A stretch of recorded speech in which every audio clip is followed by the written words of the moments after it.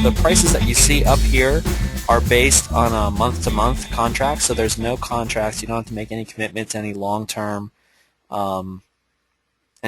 commitments. Although chances are once you host your email somewhere, and so it's there for a while. But that's there's nothing holding you there other than the fact that your email's on the server. You can always migrate away if you like.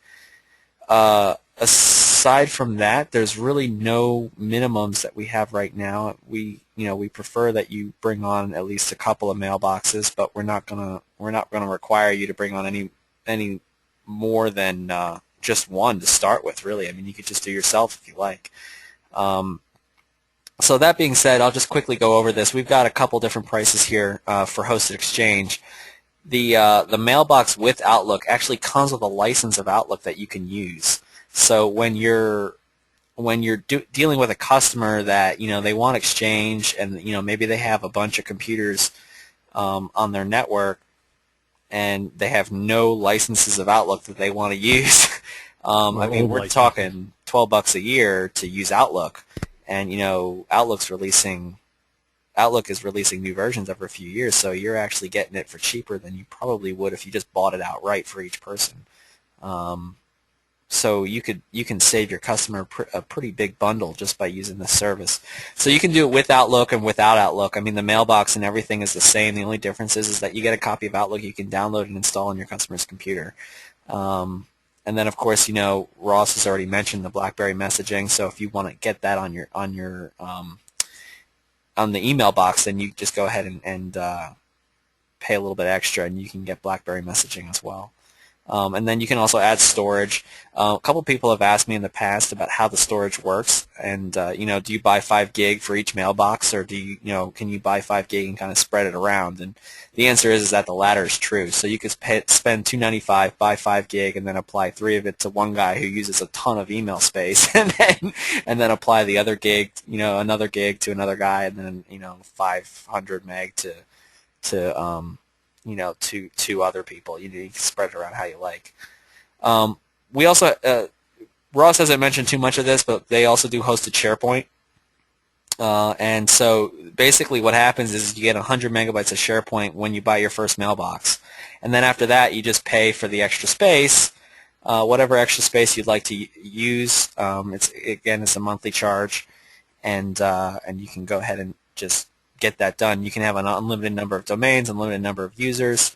Also, for those of you who are asking, you can have an unlimited number of public folders, distribution lists, aliases, just about anything. The only things that you're really charged for are the actual mailboxes, so actual delivery mailboxes, and then the actual space that you're using on the system. Those are really the only things that you're going to see charges attached to. So with that being said, Paul, to answer your question, at the moment we don't have price breaks set up. If you get up into the high numbers of mailboxes, then we'll definitely talk to you about it. I mean, we don't want to rip you off, but we're pretty close to passing this through. We've kept the prices pretty low for you guys because it's as Ross said earlier, we're trying to help you as a reseller, not so much trying to deal with consumers direct. All right, we are getting a ton of questions here. So what we're going to do is I'm going to back up. We're going to back off from the pricing for a little bit. If you guys want to get started, you can go to our website, virtualadministrator.com, and you can click the sign up tab up top and actually sign up, and so this is the pricing and everything. So that being said, let's flip back to some of these questions that we're getting in, and we'll pick it back up from there. Dan, can I jump in just for a second while you look at some questions? I just wanted, just to talk about pricing. I think and Ross, you can jump in too. Look, there's just not a lot of money to be made in exchange hosting. You got Microsoft out there with VPOS, and maybe Ross, you may want to share some of the what you see as maybe the differences in why not just go to VPOS and sign up for that and pay $5 a month for a mailbox versus paying a little bit extra here? Why would the partner want to do that? I mean, if price is your sole determining factor, and you just want the cheapest offering with the most resources you can possibly get, and that helps you sleep at night, being partnered with a type of solution like that, then that's definitely what you should do. But obviously, what we're offering, what we're providing here is something completely different. Microsoft is Microsoft, and we don't have the types of limitations that they do in terms of the additional products and services that we can offer. We're always expanding that product database. We're working on some stuff right now, which I can't talk about just yet, but some new product offerings that we're hoping Virtual Administrator will push down through their channels as well, that Microsoft could never offer because it's not a Microsoft solution. And all these things tie in together with our system. Microsoft is going to be OCS, Microsoft Exchange, their Office 365 or whatever they're calling it now, and that's really where they're focused on, is their own products and services. And it is cheaper, but you're working directly with Microsoft, and you're not getting that personal service, that personal hand-holding. You're not getting that direct access to company principals and channel managers and people like this who are really working with you to try to help you go out and push that product and service. Microsoft is just a turnkey solution that says, hey, go out and sell this for us because we're hurting. We're having trouble competing with companies like Google, and we need more people to go out and push our product. And I guess, I always ask is, how much money are you going to make selling their, $5 a month or, package? It's like 6% or something like that, isn't it, on the commission? So, is it worth it for, 30 cents a month? We can always sell free to our customers. That's easy to do. You can't even mark it up there. At some point, well, how do you mark it up? It's a public, it's public stuff. That's the difference. So, anyway, look, it to each his own. We'd all be driving VWs, or if price was the only issue. So I think at some point, you're going to run your business. Maybe you bundle this in with your offering, so it doesn't show up. But the key is that you've got a good, stable infrastructure here with people that we can talk to and work on issues. And I think that's important. So the pricing that you see here is your price, guys. You take this, run with it, mark it up. Hopefully, make a little bit. You can't. It's hard to make a lot of money with Exchange because there's so many people out there doing hosted Exchange, right? You just do a Google search for hosted Exchange. So you'll have to kind of feel out your customers and figure out where you want to price it. But I say make money on it, and don't give it away. From all of the trade shows that we've done and all of the people we've talked to, in the hosted services industry and the ISP and telecom industries, generally the consensus we hear is the majority of people, 60, 70, 80%, are far more apt to go with a more regional provider, a smaller provider who can give them the type of service that they need, rather than going with a huge company where they get little to nothing. And when they ask for things, those things are ignored or just can't be done, or they don't even bother because there's no way, you're not going to get on the phone with Steve Ballmer and have him telling you, hey, sure, I'll do that for you, I'll put it in. But you have these problems through Virtual Administrator. You're talking to Dan, you're talking to Chris, they're talking to us. We're taking all of those things seriously, and doing whatever it is we can to make your situation successful. That's very true. Very true. Okay, a lot of our guys have been asking in one way, shape, or form about migrating. If they want to come on with you guys, obviously their customers have email.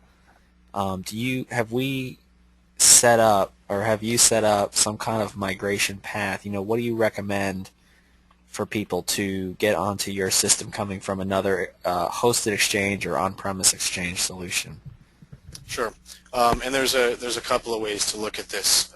In the past, generally what we've told people is, well, if you're talking about less than 10 mailboxes, a smart way to go is just to use the Outlook export and import. As we've been working with companies like Virtual Administrator, and other downstream partners that we have, this has become more and more of a problem because there are people coming in with 100, 200, 500, 1,000 person offices, and it's just not feasible to do it that way. And so our team of developers, and we do have our own in-house development staff, has been working on some scripts that will allow us to set up basically an email migration queue. So basically we can take a list of users. If we have their existing email passwords and their new email passwords, we can set up, and basically what it does is it starts synchronizing email. So we have all that information, we plug it into our system, and it starts synchronizing email between the old system and the new system. And what that allows them to do is, as that gets further and further towards completing its synchronization, and it keeps doing it over and over and over again, about once an hour, that synchronization time becomes smaller and smaller and smaller until the actual synchronization takes a split second.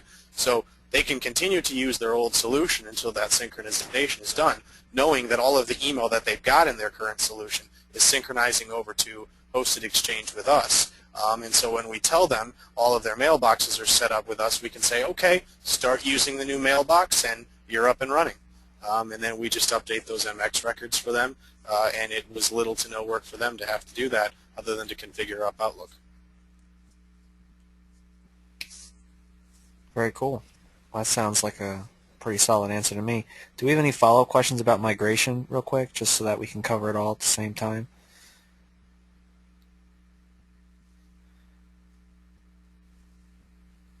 Give them a second to type them up. Scott, we can definitely show you how the reseller panel looks. Maybe we'll do that in another session. We can take that off the air, but we can definitely show you that. And one of you asked if we could see the control panel, and I'm going to try and pull up that in a moment. We can show you what the control panel looks like for managing a domain. And for those of you who are asking if a recording will be available, yes, definitely. We will have this. We will have this not only recorded, but we'll probably end up putting it up on the website next to all the information at some point or another.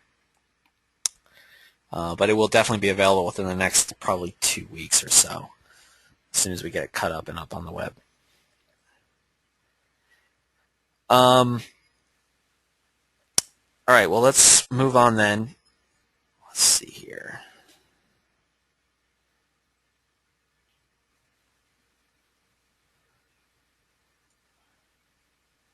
All right, we got so many questions. This is good. Ross,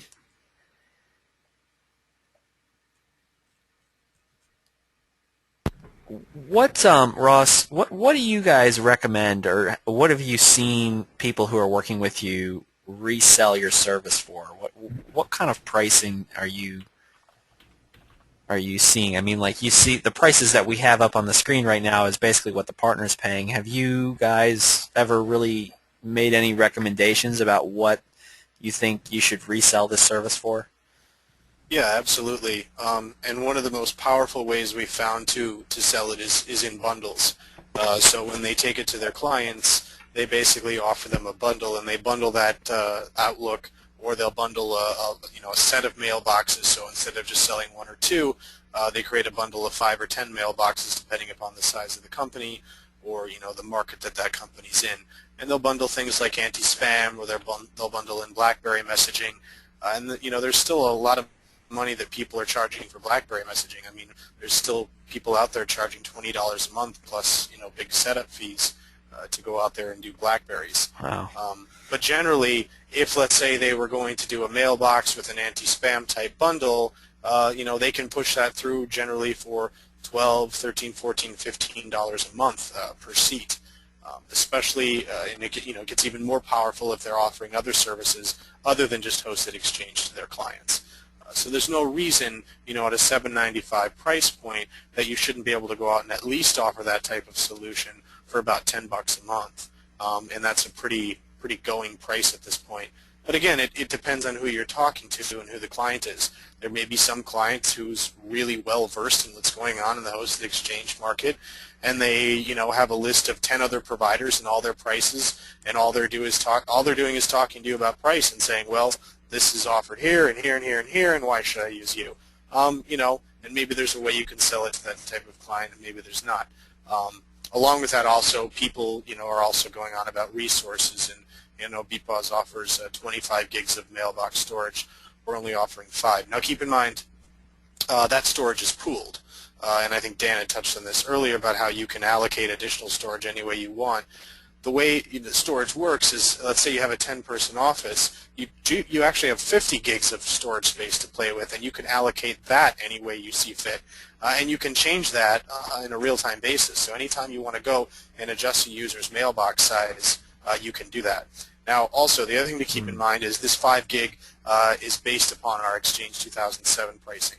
I did talk about Exchange 2010 a bit earlier in the presentation, and that is something that we've been rolling out. We've been testing it. We've been working on it. We wanted to make sure that it's really going to perform the way we want it to, and we've changed the way we've done that infrastructure a bit differently as far as Exchange 2010 goes. And we do have the ability to offer more storage when Exchange 2010 comes out, which is probably going to be March when that's fully available. So we will be upping our storage limits on mailboxes, and we will be giving out more storage. But keep in mind, this also comes back to the way people in the hosted services industry oversell.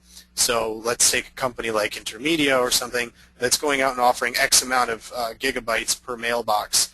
If every user in their infrastructure actually used that storage space, they'd max out their SAN.